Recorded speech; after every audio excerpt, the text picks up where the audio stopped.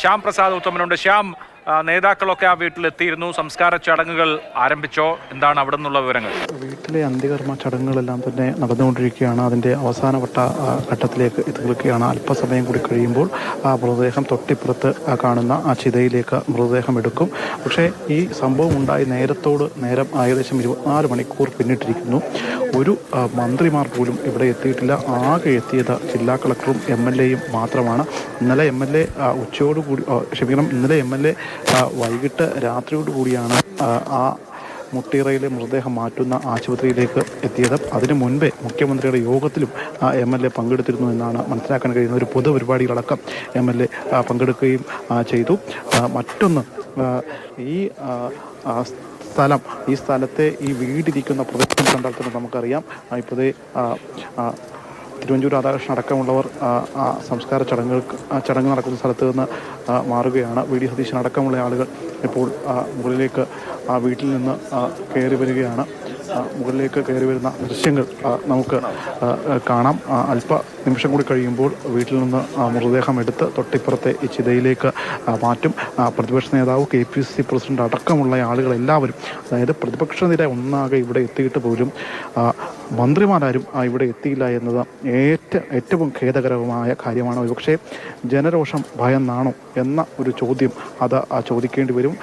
എന്തുകൊണ്ട് ഇതിൽ കൃത്യമായിട്ടൊരു മറുപടി ഇവർക്കില്ലാത്ത കൊണ്ടായിരിക്കും ഇവർ ഇങ്ങോട്ടേക്ക് ഫോണിൽ പോലും ഒന്ന് വിളിച്ചില്ല എന്നാണ് നേരത്തെ വിശ്രുതൻ പറഞ്ഞത്.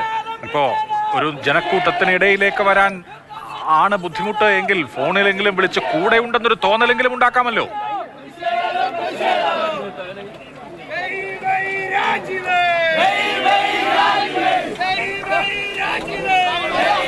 തീർച്ചയായിട്ടും ഇന്ന് ആ ബിന്ദുവിൻ്റെ ഭർത്താവ് വിശ്രുതൻ നമ്മോട് സംസാരിച്ചപ്പോൾ പോലും പറഞ്ഞ കാര്യം അതാണ്. ഇന്നലെ ഞാൻ അവിടെ ആശുപത്രിയിൽ ഇരിക്കുമ്പോൾ പോലും മുഖ്യമന്ത്രി അവിടെ വന്നു എന്നറിഞ്ഞ്, ഒരുപക്ഷെ അതിനുശേഷം മറ്റെന്തോ പരിപാടിക്ക് പോയി.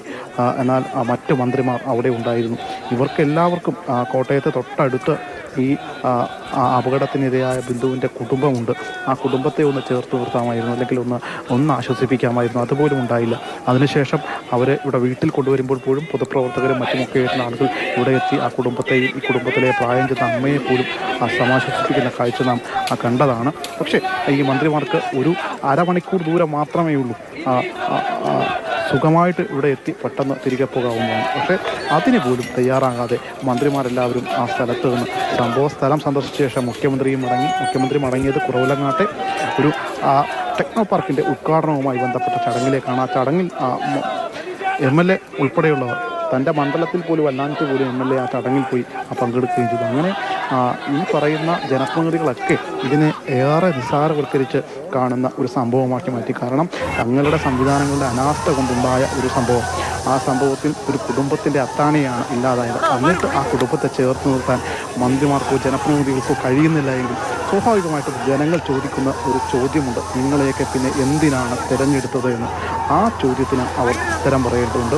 ആ ഉത്തരം ഇല്ലാത്തതുകൊണ്ട് മാത്രമാണ് നിലവിൽ മന്ത്രിമാരെല്ലാവരും മറ്റിടങ്ങളിലേക്ക് ഒരുപക്ഷെ ഓടി ഒളിക്കുന്നു എന്ന് വേണമെങ്കിൽ നമുക്ക് പറയേണ്ടി വരും. അത്രയേറെ, അതായത് അവിടെ നിന്ന് ഏകദേശം 20 കിലോമീറ്റർ മാത്രമേ കോട്ടയം മെഡിക്കൽ കോളേജിൽ നിന്ന് ഈ സംഭവം നടക്കുന്ന സ്ഥലത്തേക്കുള്ളൂ. അവിടെ നിന്ന് മന്ത്രിമാർക്ക് എത്തിപ്പെടാൻ ഇത് കൂടിപ്പോയാൽ അരമണിക്കൂർ, അതിലധികം വേണ്ട.